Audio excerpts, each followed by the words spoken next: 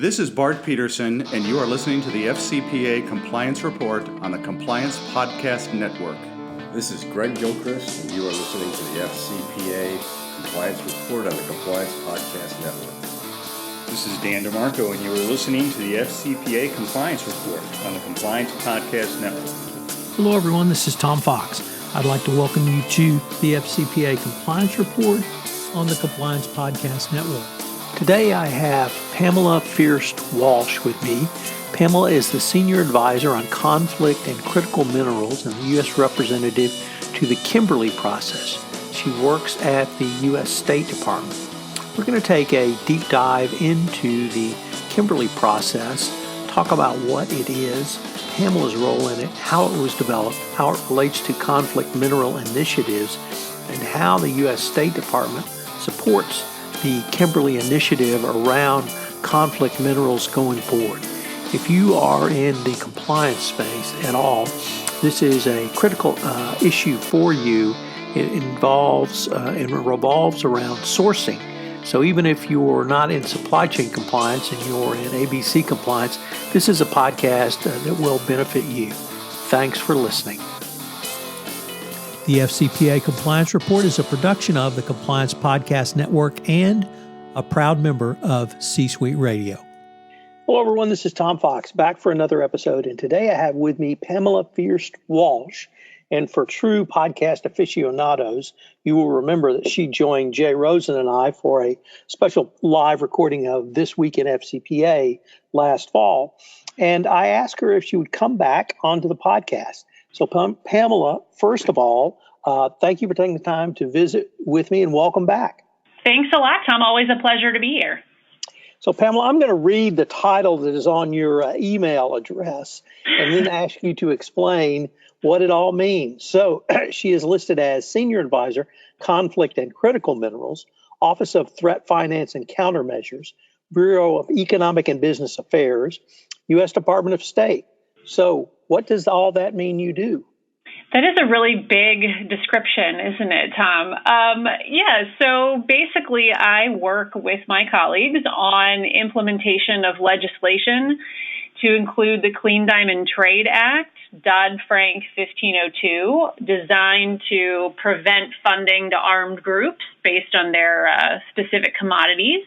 And we also get into all sorts of topics about responsible sourcing and the intersection of private sector due diligence efforts with enforcing U.S. sanctions regimes in particular, but other laws as well, like money laundering, corruption, et cetera. So we do a lot of interesting, fun stuff. We kind of like to say it's about making sure bad people aren't profiting off of shiny things that come out of the earth. You know, that's as fine a description as I believe I've ever heard. And that really brings up the place we met was a supply chain conference. And your presentation at that conference really opened my eyes into our government's work in that area. Beyond simply the passing of legislation, you actively work with companies, you actively work with countries, you actively work with the private sector to help implement many of these initiatives and ideas. Would that be a fair assessment? I think that's a very fair assessment. So the reason I wanted to get you back on the podcast, though, was to talk specifically about the Kimberley process, your role in that process, or rather, I should say, the State Department's role, and what that means for the individual international business person. Right. So very happy to talk about it. These days, when we talk about the Kimberley process, we talk as much about what it is not as what it is. So the Kimberley process was created in 2003, ratified under U.S. law as part of the Clean Diamond Trade Act. And it's an international trade certification scheme that is intent on preventing the flow of conflict diamonds into the legitimate supply chain. So you may have seen that movie long ago called Blood Diamond, for example. That's a kind of a clever way of thinking about it in shorthand, right? Well, the definition of a conflict diamond is a diamond whose proceeds are used to fund armed groups in their efforts against the legitimate government. So it's a pretty narrow definition, which is why I say oftentimes we find ourselves talking as much about what the KP is not as what it is.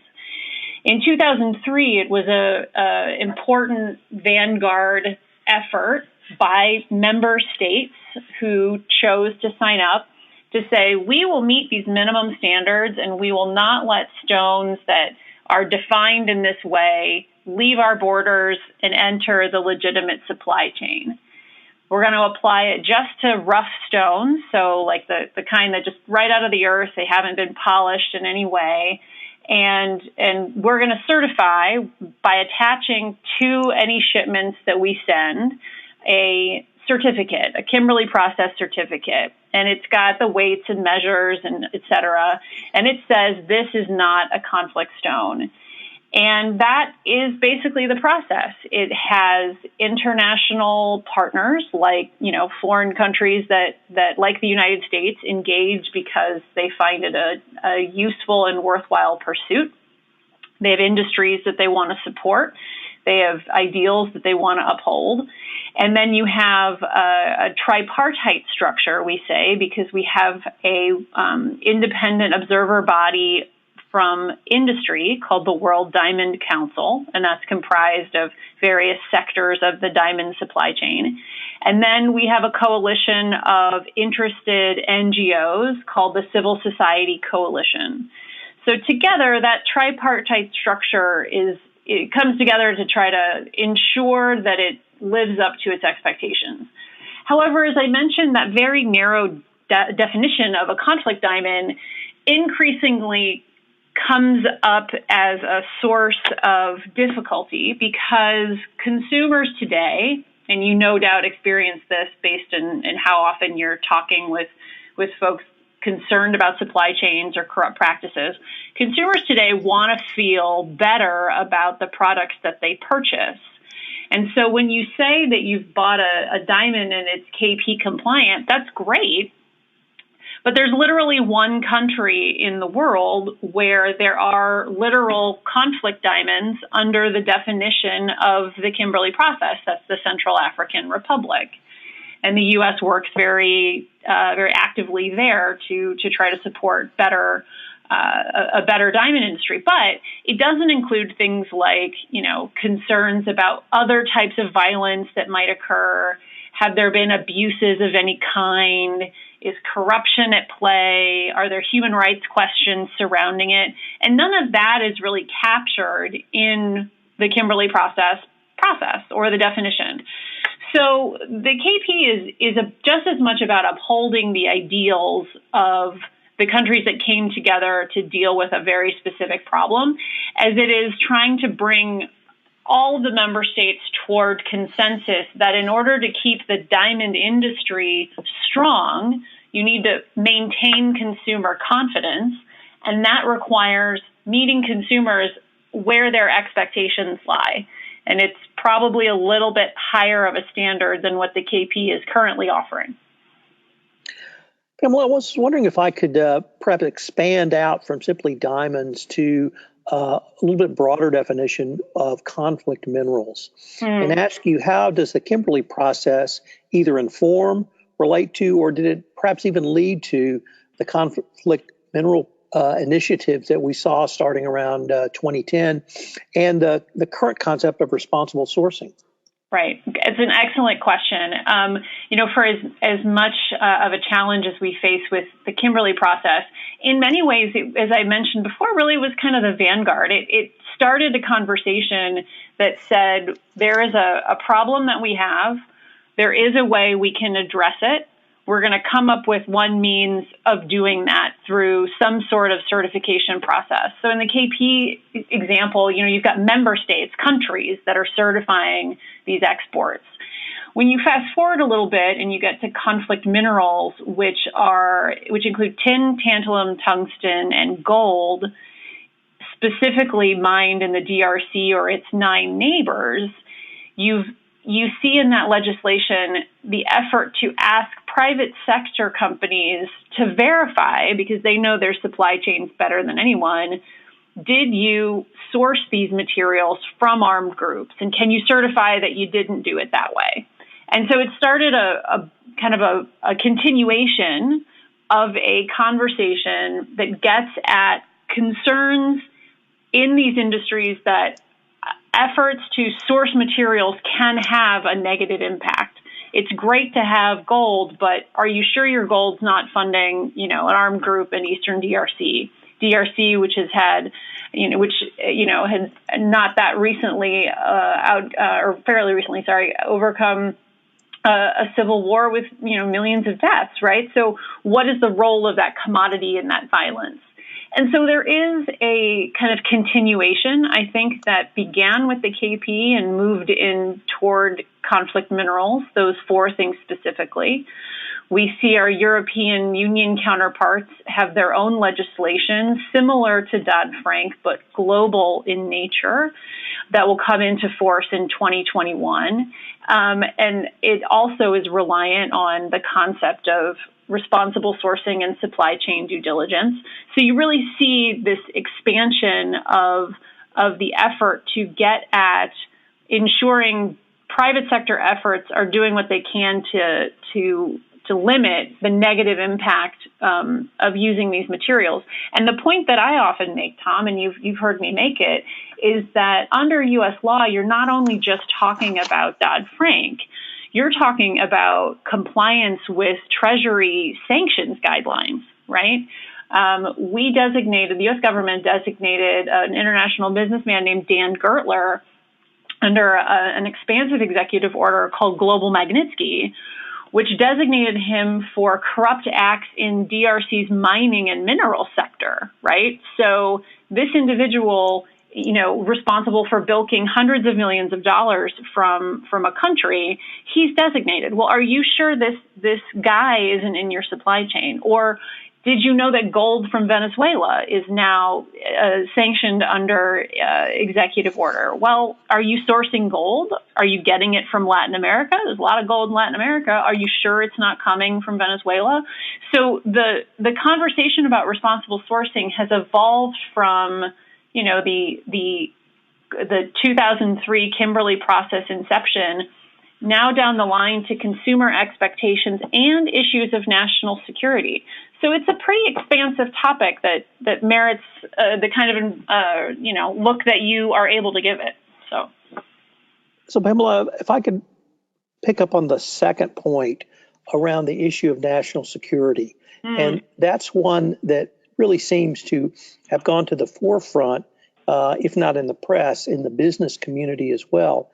And one of the things that I'm seeing companies try to do is actually do a better job of understanding their sources, partly in response to compliance with the law, but it's partly in response to the 2 points you raised, changing consumer expectations, but also national security, so that if a country where they are sourcing pops up on an unapproved list, or if it looks like it's trending that direction, the company can move to an alternative supplier, or at least one that's not going to violate a change in any regulations. Are those kinds of conversations the kinds of things you're seeing in the business community as well? Absolutely, Tom.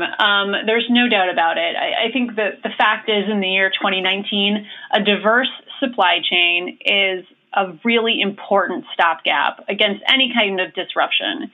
And then mapping your supply chain and knowing where your inputs are coming from is just good business sense. Now, you don't need someone from the U.S. government to tell you that. I hear it from my private sector counterparts all the time, that supply chain mapping is a challenge.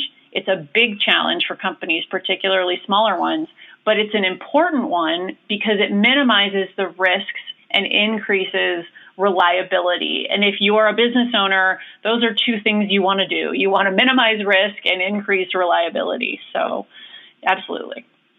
Pamela, as you know, I come out of the anti-bribery, anti-corruption world, and many of the innovations in what we call the ABC world came about because of the regulators in the form of the Department of Justice and the Securities and Exchange Commission vigorously enforced laws like the FCPA, but also looked extensively at corporate compliance programs. What it sounds like you've described to me in supply chain mapping also sounds like the government mandating businesses to look at certain things or even have certain processes, and companies responding in a robust manner, but from the business perspective. And that's why we're seeing innovation. As you said, it minimizes risks and it expands potential efficient business process. Is that also a part of the conversation? It absolutely is. I mean, SEC enforcement is an important element to private sector conduct, as you no doubt know. In the case of Dodd-Frank, we've had some conflicting statements that have come out of the SEC, and I think folks kind of get confused, and then we have to come along, or I come along, and I say, yep, Dodd-Frank 1502 is still the law. You can talk to your lawyer about whether and when you file, but I'm pleased to see that the reporting rates continue to grow just a little bit every year. And so, we are seeing indications that the private sector continues to recognize the importance of playing by the rules. And I think that's getting back to reliability and dependability, a pretty important factor in any supply chain.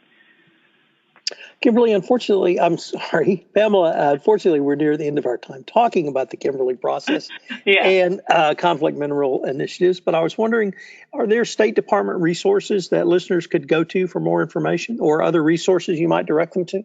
The State Department website, I would love to say, is probably completely up to date. I'm sure it's not, but you can find me there nonetheless. That part I know is accurate. And so I would also encourage any listeners, particularly if you're in the gem and jewelry world, to look into resources like the Responsible Jewelers Council or the Jewelers Vigilance Committee. If you're looking in the more broad mineral space, you can look at the Responsible Minerals Initiative, or RMI. That's a big one. I'll be at their conference later in October talking about some of these issues. Those are some important resources that folks might want to consider looking at. And then we'd always love to hear from others. It's not just tin, tantalum, tungsten, and gold. There's increasing interest in cobalt, critical minerals. There's 35 numerous things on it. So would love to hear from anyone who's got other perspectives to share with us or find new ways to collaborate, just like this podcast, Tom. Well, thank you so much. I've been visiting with Pamela Fierst-Walsh on the Kimberley process, but also a much broader discussion of conflict minerals. And I was pleased that you actually named cobalt, because that's one of the things that there's a fair amount of discussion in my part of the world and in Houston upon. So, Pamela, thank you so much for taking the time to visit with us today. Thanks a lot, Tom. I look forward to it anytime. This is Tom Fox again. I'd like to thank you for listening to this episode of the FCPA Compliance Report. We're going to link to some information on the Kimberley process in the show notes. As I said in the introduction and throughout this podcast, this is something you really need to familiarize yourself with, as the sourcing of material has become a much more critical issue, not only in terms of legal and regulatory compliance, but in terms of reputational issues that can bedevil a company. So it should be on the radar of every compliance professional. Hope you will join me again next week for another episode of the FCPA Compliance Report. The FCPA Compliance Report is a production of the Compliance Podcast Network.